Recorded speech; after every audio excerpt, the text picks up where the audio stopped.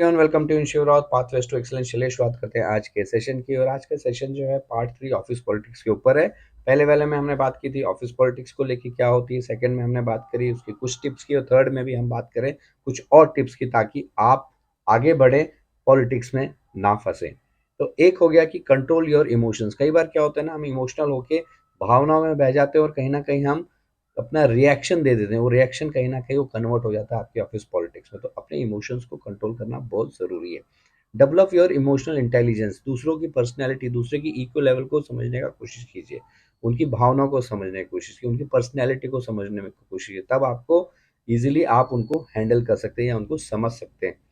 B assertive, not aggressive. कई बार क्या हो जाता है कि आपको लगता है कि आप कहीं ना कहीं किसी ना किसी तरीके से कोई आपको मैनिपुलेट कर रहा है, आपको एक्सप्लॉइट कर रहा है। तो उस केस में असर्टिव रहिए, ना कि एग्रेसिव जाके अपना एकदम तोड़ फोड़ मत कीजिए।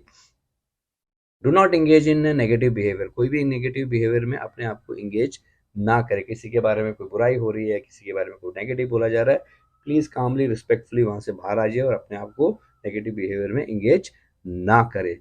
मोस्ट इंपॉर्टेंट बात हो जाती है कि develop your good communication skills. When I say develop your good communication skills means कभी कभी अगर बातें सही तरीके से नहीं पहुंचती, कई बार आपने देखा होगा आपने बात बोली कुछ, पहुंच जाती है कुछ, वो चाइनीज विस्पर हो जाता है, तो वो भी कहीं ना कहीं आपका आग में घी डालने का काम करती है।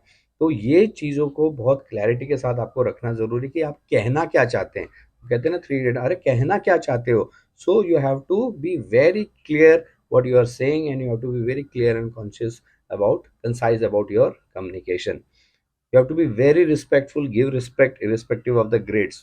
बड़ा छोटा कोई भी हो, आपको रिस्पेक्टफुल रहना है, चाहे कैसी भी सिचुएशन आ रही है। Be respectful, then only you will be able to save yourself getting into the office politics.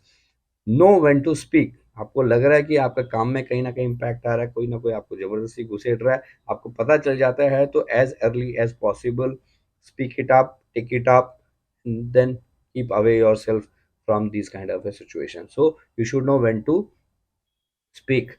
And last but not the least, be positive, be respectful, be calm, be neutral।